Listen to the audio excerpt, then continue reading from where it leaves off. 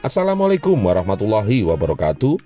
Perkenalkan, kami dari kelompok 8 yang terdiri dari Dedi Subagio, Anggun Triaji, dan Devi Mahaperdana. Pada kesempatan kali ini, saya, Dedi Subagio, perwakilan kelompok, akan menjelaskan salah satu chapter 12 dari buku Ricky Griffin dan Gregory Moorhead, edisi ke-11 dengan judul Organizational Behavior, Managing People and Organization, tentang model tradisional untuk memahami kepemimpinan. Pada chapter ini juga akan kami sampaikan penilaian diri sendiri tentang kepemimpinan. Penyusunan tugas ini untuk memenuhi tugas mata kuliah perilaku organisasi dalam pendidikan vokasi yang diampu oleh Dr. Nunung Nurjanah, Magister Kesehatan.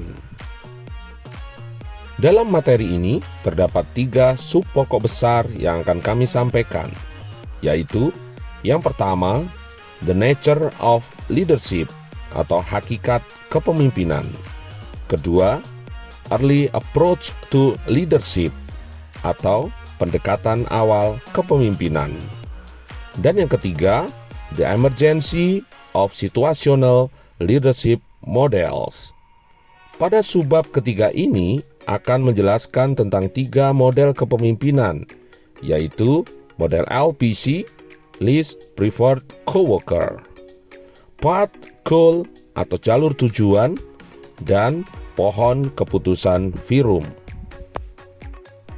Baiklah sahabat UM, untuk subbab yang pertama tentang the nature of leadership, di mana pada subbab ini kita akan membahas tentang apa itu kepemimpinan dan kepemimpinan versus manajemen. Pada intinya, kepemimpinan merupakan sebuah proses yang terjadi tanpa sebuah paksaan, tetapi menggunakan kemampuan untuk mempengaruhi persepsi, keyakinan, sikap, motivasi, dan perilaku orang lain. Seseorang pemimpin harus memiliki karisma dan karakteristik yang dapat digunakan untuk mengarahkan perilaku bawahannya. Seorang pemimpin yang baik dapat menciptakan lingkungan kerja yang positif dan produktif.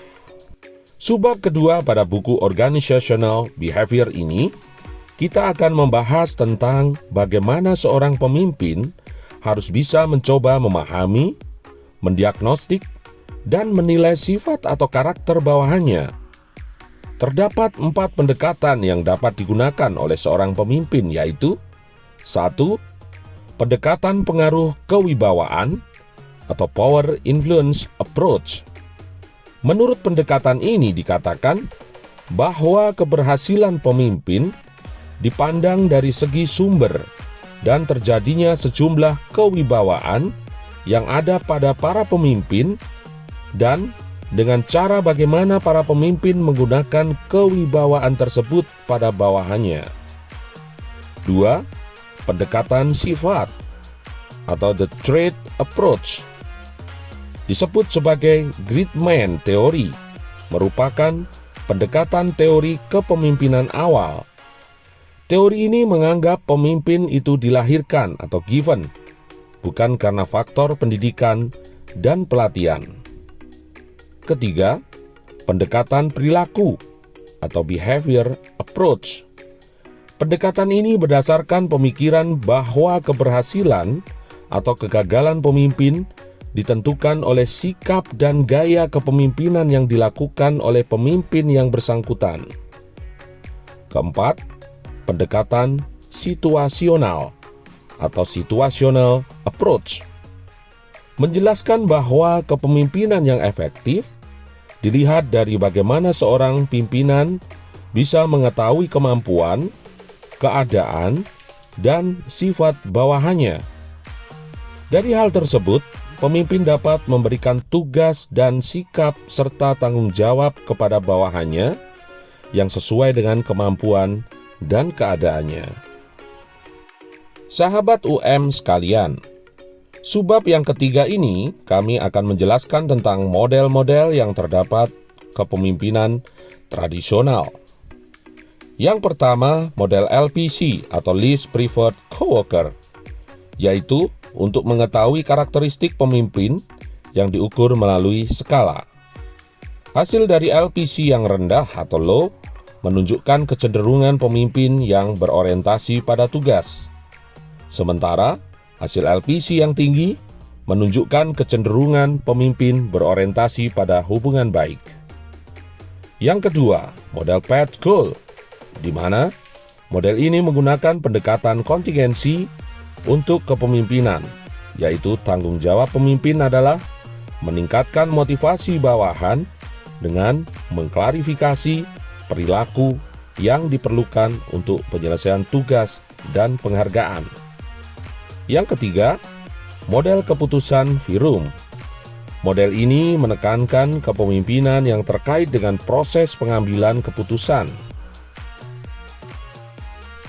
Pada chapter ini juga akan kami jelaskan tentang perbedaan kepemimpinan dan manajemen. Secara umum, kepemimpinan lebih menitik beratkan pada memotivasi, mempengaruhi, dan memberdayakan karyawan agar mencapai potensi maksimal mereka.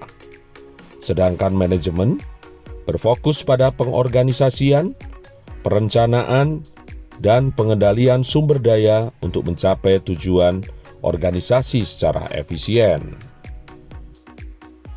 Kepemimpinan versus manajemen menurut Kotter. Kepemimpinan menetapkan arah organisasi dengan mengembangkan visi dan strategi untuk menghasilkan suatu perubahan. Manajemen menetapkan langkah dan jadwal yang terperinci untuk mencapai hasil yang dibutuhkan. Kepemimpinan menyelaraskan karyawan. Manajemen, pengorganisasian dan penempatan staf. Kepemimpinan memotivasi dan menginspirasi. Manajemen, pengendalian dan pemecahan masalah. Kepemimpinan menghasilkan perubahan yang sangat berguna. Manajemen menghasilkan tingkat prediktabilitas dan keteraturan sehingga menghasilkan suatu hasil utama yang diharapkan oleh pemangku kepentingan. Selanjutnya, bagaimana mengembangkan keterampilan kepemimpinan? Keterampilan kepemimpinan dapat dikembangkan dengan cara mengikuti kursus, membaca buku, atau mengikuti beberapa pelatihan. Anda juga dapat belajar dari pemimpin lain dengan mengamati mereka dan meniru perilaku mereka. Sahabat UM, bagaimana pemimpin yang efektif? Pemimpin yang efektif memiliki visi yang jelas, memotivasi orang lain, membuat keputusan yang sulit, menjadi teladan yang baik, dan mampu menyelesaikan konflik. Makna sebuah kepemimpinan adalah keterampilan yang penting yang dapat membantu Anda mencapai tujuan.